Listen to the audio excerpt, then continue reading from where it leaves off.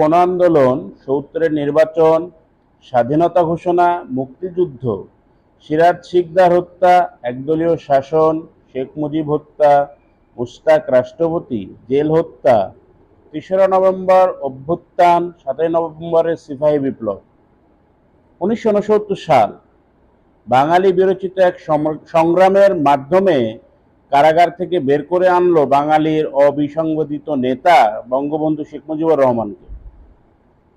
তথাকথিত আগরতলা ষড়যন্ত্র মামলার অভিযোগে পাকিস্তান সরকার এক প্রহসনমূলক বিচার করছিল শেখ মুজিবুর রহমান সহ সামরিক বেসামরিক বাঙালি কিছু লোকের। কিন্তু বাংলার মানুষ এই মামলা ও বিচার গ্রহণ করেনি।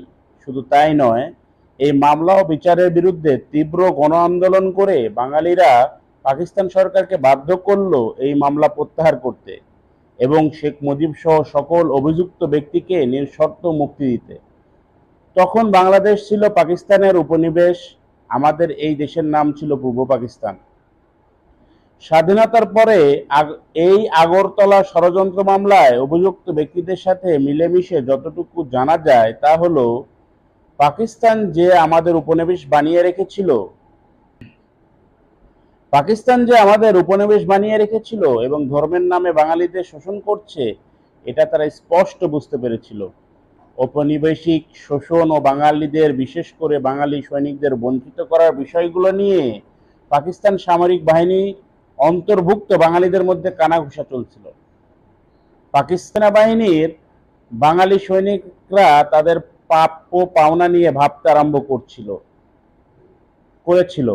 ঠিক এমনই মুহূর্তে পাকিস্তান সরকার শেখ মুজিব সহ সামরিক বেসামরিক বাঙালিদের গ্রেপ্তার করে এবং আগরতলা ষড়যন্ত্র মামলা সাজায়।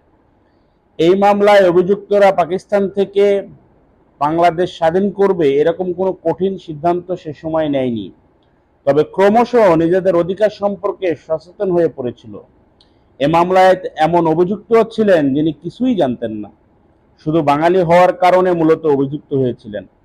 পাকিস্তান আমাদের অধিকার সচেতনতাকে অঙ্কুরেই ধ্বংস করে দেওয়ার জন্য এই আগরতলা ষড়যন্ত্র মামলার সূত্রপাত করেছিল।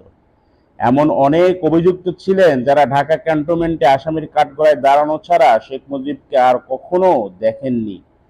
এক প্রত্যুষে পাকিস্তান থেকে বাংলাদেশকে স্বাধীন করে ফেলার এমন কোনো স্পষ্ট পরিকল্পনা বা সিদ্ধান্ত অভিযুক্তদের কারোরই কখনোই ছিল না বলে আগরতলা মামলার প্রায় অভিযুক্তদের কাছ থেকে জানা যায়।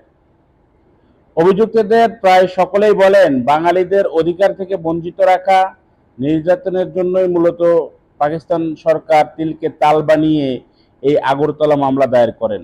পাকিস্তানের বাঙালিরা পাকিস্তানের নির্যাতনের বিরুদ্ধে বিরচিত গণ আন্দোলনের মাধ্যমে শেখ মুজিব সহ অভিযুক্ত সকলকে মুক্ত করে আনেন। ১৯৬৯ সালেই ছাত্রনেতা তোফায়েল আহমেদের সভাপতিত্বে অনুষ্ঠিত এক ছাত্র জনতার বিশাল সভায় শেখ মুজিবকে বঙ্গবন্ধু উপাধি দেওয়া হয়। ১৯৭০ সালে পাকিস্তান সরকার জাতীয় পরিষদ MNA এর এবং প্রাদেশিক পরিষদের MP এর নির্বাচন ঘোষণা করে।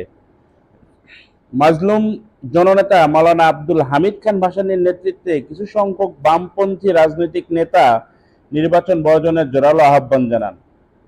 মাজলুম জননেতা মাওলানা ভাসানীর বক্তব্য ছিল, পাকিস্তানি সরকারের নির্বাচনে ফাঁদে পা না দিয়ে পূর্ব বাংলাকে স্বাধীন করার সংগ্রাম করা উচিত।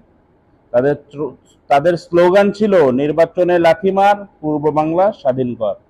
অপরদিকে বঙ্গবন্ধু শেখ মুজিবুর রহমান নির্বাচনে অংশগ্রহণের পক্ষে ছিলেন এবং তিনি জনগণকে নির্বাচনে অংশ নেওয়ার আহ্বান জানান। জনগণ বঙ্গবন্ধুর আহ্বানে অভূতপূর্ব সাড়া দিল। গোটা পূর্ব পাকিস্তানে বঙ্গবন্ধু ও তার দল আওয়ামী লীগের নির্বাচনে জোয়ার বয়ে গেল। নির্বাচনে বঙ্গবন্ধু শেখ মুজিবুর রহমান ও তার দল আওয়ামী লীগকে পাকিস্তানের ১৬৯টি আসনের মধ্যে মাত্র 2টি আসন ছাড়া বাকি ১৬৭ আসনে বিজয়ী করল। মোট ভোটের শতকরা ৯০টি ভোট বঙ্গবন্ধু এবং তার দল পেলেন। বঙ্গবন্ধু শেখ মুজিবুর রহমান সারা পাকিস্তানের সংখ্যাগরিষ্ঠ নেতা হলেন। পাকিস্তানের তৎকালীন রাষ্ট্রপতি জেনারেল ইয়াহিয়া খান বঙ্গবন্ধু শেখ মুজিবকে পাকিস্তানের ভাবী প্রধানমন্ত্রী হিসাবেও অভিহিত করলেন। কিন্তু পশ্চিম পাকিস্তানের সংখ্যাগরিষ্ঠ নেতা জুলফিকার আলী ভুট্টো এবং পাকিস্তানের প্রেসিডেন্ট জেনারেল ইয়াহিয়া খান বঙ্গবন্ধুকে প্রধানমন্ত্রিত্ব এবং তার দল আওয়ামী লীগকে পাকিস্তানে ক্ষমতা না দেওয়ার নানা চক্রান্ত শুরু করলেন।